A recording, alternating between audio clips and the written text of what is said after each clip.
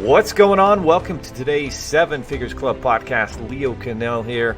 And in today's podcast, we're going to break down why this one emotion is or will kill your business and ruin your life. How my lack of controlling this one emotion led me to kind of act like a victim and was part of my downfall several years ago before I was able to learn how to control and become self-aware of this emotion and how it helped me create multiple seven-figures businesses when I did. So let's go.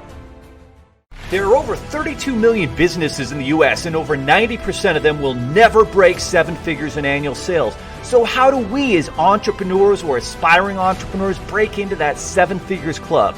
This podcast will relentlessly share the secrets, strategies, and tactics I've used to create 3 multi-seven figures businesses and bring in even more successful entrepreneurs than me to share their inspirational stories and tactics to success. You can create your dream business and life right now. So buckle up and let's go. All right, so last night, my son Marcus, he is 11. He'll be 12 next year.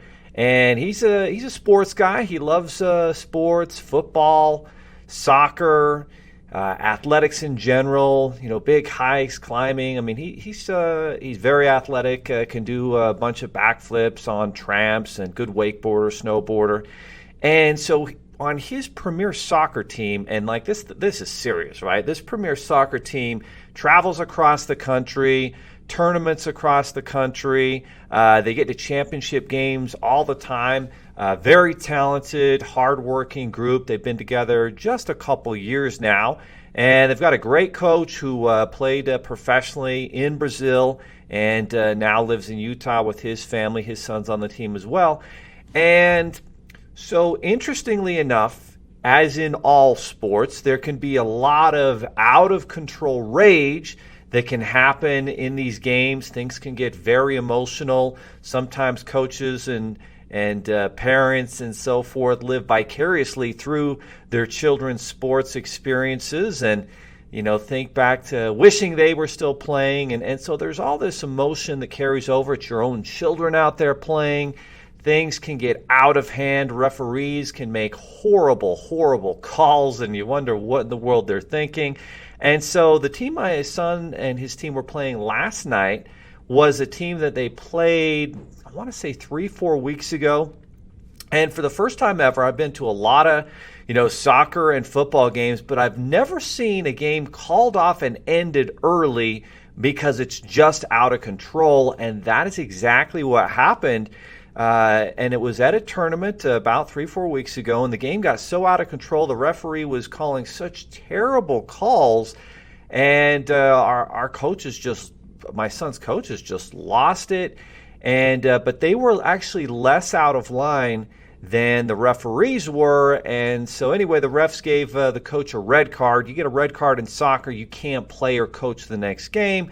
But my wife got involved and kind of helped negotiate, and she had stuff on video to show how terrible and out of touch the refs were with reality in the game. And so, our coach, my son's coach, got to come back and coach that next game. So anyway, with that as kind of a backdrop, and I don't know what else is going on in my son's coach's life. He's a good guy, and he works hard. He spends a lot of time trying to teach these kids the right way to play soccer. But before the game even starts, before they even warm up, and I wasn't even there, apparently the coach just loses it, and he's just screaming and yelling at these 11-year-old boys to, play better and to, bring their energy. And there's just a lot of negativity, a lot of anger.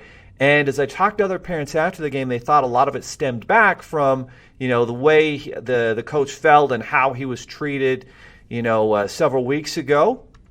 And he is from Brazil, so there's always, I'm sure he hasn't been dealt with fairly, and there can be some, different things like that when you're an immigrant in the country. And so I'm sure that's part of his perspective as well. But so he just loses his crap on these kids, and they haven't even done anything wrong. The game hasn't started. They haven't even warmed up.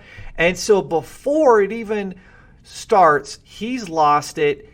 And the energy level of these boys is just destroyed. And they go out there and they play a terrible game. And what's crazy is a couple weeks before that, they made it to the championship game, and to get to the championship game in this tournament, they actually beat the number one team in the state, a team better than the team they're playing last night, and beat them. And just an amazing display of improvement and guts and will by my son's team to get to that championship game and beat the number one team in the state to do it. And yet, because of the way things started, because of his coach's anger and lack of controlling that anger and emotion, he's killed the team in the game before it even starts, and they get destroyed 6-0. My son is the keeper. He usually plays half, so there's two keepers, and so he allowed 3 goals, and the other keeper also allowed 3 goals. And my son, the last 5 games, has played extremely well. I think he's only allowed a couple goals out of the last 5 games, which is exceptional with a youth premier soccer team and league. So my point in sharing this story is I've seen, in my 18 years of entrepreneurship, I've seen how anger and that lack of controlling that anger destroys people's businesses. It destroys relationships and partnerships and destroys, success. And it bleeds into all areas of life where people spend so much of their time being angry. And when you're angry and you're pissed off, you are not thinking objectively. You're not thinking logically. You're dominated by emotions that are often incorrect and biased and are not the best of you. And I see this disease perpetrating throughout humanity. And it's at an all-time high right now. We've got all the polarized bullshit politicians and all the bullshit we see on media every single damn day in this country. And it's this out-of-control anger that's killing relationships. It's killing families. It's killing our all-American heritage and concepts and values that we hold dear. And it needs to stop because it is a cancer that needs to be eradicated. And if you're listening to this podcast, I'm asking you to reach deep inside and become self-aware. Now, my lack of controlling these negative, angry emotions that I had stemmed back from one of my first businesses. It was a multi-7-figure business. I took profits from it, invested in real estate. And this is before the crash of 08 and 09, and I'm a young kid. I think I'm a badass and seeing a lot of success. I'm making more money than my attorney father. I'm a young entrepreneur business owner. And when that market crashes and my real estate and my finance company, mortgage finance company in real estate just crashes all at once, although nearly 80-90% of the lenders we worked with at that time went out of business. Everybody I know is filing bankruptcy and losing everything. Millions of dollars put in real estate. I bought and sold $5-6 million in real estate and was holding on to some really big projects that crashed. And it was an ugly time. I even had a negative news story about one of our businesses. And going through that, and then I transitioned to another business that was currency trading and did really well, and then got a bunch of capital into that, and saw a little bit of drawdown. And so then I actually hired this other guy to trade all of our accounts, and he literally bombed them all. And so I was at this bottom, terrible place in my life, the worst place ever, by the way. And that's when I started buying into I'm a victim. It's not my fault. It's everyone else's fault. And I got encompassed with all of this negative emotion and anger, and it just ruined every aspect of my life. My relationship with my children at the time, my wife, partners, friends, family, and it all stemmed from this out-of-control anger and emotion. And when I became self-aware of it, I recognized this is ruining my life. I've got to stop. The first thing you do is you realize you can't complain anymore. All right, complaining's out. I'm not ever going to complain. That's gone. And then the second thing, I'm not going to criticize people anymore. They all have their own experiences. It's a waste of time for me to be criticizing. Now, it doesn't mean I'm not. That doesn't mean I'm naive and I don't recognize and identify problems, especially employees and people on our team, or clients that aren't being honest with themselves. There still has to be. You have to face the brutal facts and be objective there. But you don't let the anger consume you, and you're self-aware, and you realize, I'm not going to let that happen. And so when I started to become aware of this, and I'm like, and a great book to get you back on track with this is How to Win Friends and Influence People by Dale Carnegie, or Carnegie, however you want to say it. Wonderful book. And in it, some of the core concepts that he teaches is don't complain, don't criticize, and don't condemn. And when you turn on your TV today, or you stream whatever you're watching, what's the first thing the news does? They're complaining, they're criticizing, they're condemning. They don't look at their own shortfalls. They don't share. 99.9% of what we see out there, it's negative, it's shit, it's bringing our society down. It's how can how can we portray a story to show there's massive injustice and everybody's getting screwed and America sucks? And that's a bullshit ideology that's not based in fact. It's not based in truth, and it needs to stop. And it starts with each of us who are listening, who are trying to better ourselves, because the most successful entrepreneurs are the ones that are constantly self-improving. And the only way for you to self-improve is to identify where you're falling short, become aware of it, and then find out what that solution is. So in this case, when I was a victim, I'm complaining, I'm criticizing, condemning, it's always someone else's fault and not my own. I stopped complaining. I'm going to stop criticizing. I'm not going to condemn anybody. Somebody makes a mistake, I'm certainly going to have to acknowledge it, and we're going to all move together, but it's not going to be a criticizing, condemning thing. It's how can we help? How can I solve? How can I be part of the solution? What am I doing wrong? It's accountability. It's assuming control. And once I did this, all of a sudden everything changed. Literally from the worst of the worst, bankruptcy, failure at a massive level, things slowly start to turn around.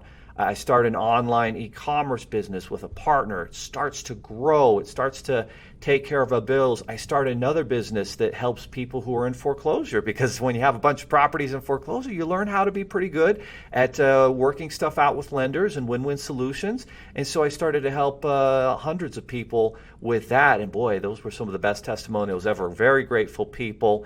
And then moved on, of course, into the business funding space where, been able to establish multiple multi-seven-figure businesses in that space and help serve thousands of entrepreneurs to get the financing they need and create their dream business and dream life. And it all started, as I look back at it, it all started with me becoming self-aware of the anger and the rage and the out-of-control shit that was in my mind, and getting under control of that and becoming self-aware of it. And it changed everything. It changed everything. Because before, nobody wanted to be around me. I didn't attract successful people. When I changed that mindset, all of a sudden people wanted to follow me. And we would grow businesses very fast, and we'd hire a lot of people, and we'd create cultures. And as I'm doing that again in our current company here at Seven Figures Funding and the sevenfigures.com platform and this podcast, and rubbing elbows with some of the most successful entrepreneurs, in the country, I'm telling you, get this one emotion, anger, rage, under control, become aware of it, eliminate the complaining, the criticizing, the condemning. It doesn't mean you're naive. You identify the brutal facts and the problems, but you focus immediately on those solutions. And sometimes those problems can be, a bad employee, a negative employee, and you're going to have to, as they say, hire slow but fire fast when that happens. But it starts with you, the culture that you bring. I'll give you another example. In one of the businesses, one of my funding businesses, we merged in 2015 with another company. It was me and another gentleman, And I'd worked with him for the previous 6 months, taking him out boating with my family, and he was a single dad, taking care of his daughter, got sole custody, very impressive. And for 6 months, the first 6 months that we worked together before we came together, things were great. We opened an office together. We started to hire employees and grow our business. I remember the first month we did like 40 grand in sales. We were just super excited. 6 months later, we're up to $100,000 a month in sales. We're growing. And then he stops working and he starts complaining and criticizing, condemning. And most importantly, he's not self-aware that when he comes in the office, he brings this horrible attitude, this negative cloud, and it soon became, boy, we just wished that on days he would stay home, things were good in the office. When he came in, a cloud of shit came into the office, and everybody would struggle. And eventually, I had to leave that company that we had kind of merged together and started another one, and a lot of the most of the employees came with me at the new venture, and things were, and there's this constant cycle that can happen in business. But again, the negativity, the anger, the rage, he goes to this crazy place in California where people getting together. He gets in a fight. He gets his head hurt. He can't go to work for weeks. Like, this is where he's at, and I don't think he recovered, unfortunately. I think after I left, that business went out of business. He just went straight down, and super unfortunate because a guy with a lot of talent, a lot of ability, and just overall, I would say your biggest enemy 9 times out of 10 is yourself. If you can dominate yourself, become aware of who you are, what your strengths and weaknesses are, identify those weaknesses, focus on how to resolve them, and constantly improve and not lie to yourself. People are so damn good at lying to themselves, so good at becoming a victim, and it's always someone else's fault. As soon as you get rid of that victim mindset and you take control and assume control over everything in your life, and you dominate that angry emotion, everything changes. So my invitation, eliminate that anger, get control. It's the same thing when you have this angry client. We all have them. That it doesn't matter how good you are. There's going to be some naysayers, a negative, angry client, and I'll just resolve those. In our company, we resolve them as quickly as possible. We might lose some money. That's okay. We'll get rid of that negative energy and move on. We're not even going to, when they throw a massive negative fit and criticize and condemn and aren't honest with themselves, we're just going to find a solution to just close that deal out and move on real fast. When you hold on to negative energy, it always brings you down. So that, my friends, is today's invitation. Heartfelt, hopefully you can become self-aware, honest with yourself of the weaknesses and remove that anger and negativity from your life. If you do, I promise you're going to see massive, massive success. Make today great. Be legendary, as Tom Bilyeu says, co-founder of Quest, and make today count. Time is limited. The older I get, the more I realize I cannot waste any time. Okay, thanks so much, guys. We'll see you next time on the 7 Figures Club podcast. Are you looking for more 7-figure secrets, content, or even how you can launch your own recession-proof business? Then check out 7figures.com. That's the digit 7, Figures.com, where we share more videos, stories, strategies, funding solutions, entrepreneurial education, and even the secret business type that's recession-proof. Thank you for listening, and if you're finding value in our podcast, please give us a 5-star and invite others to join the club.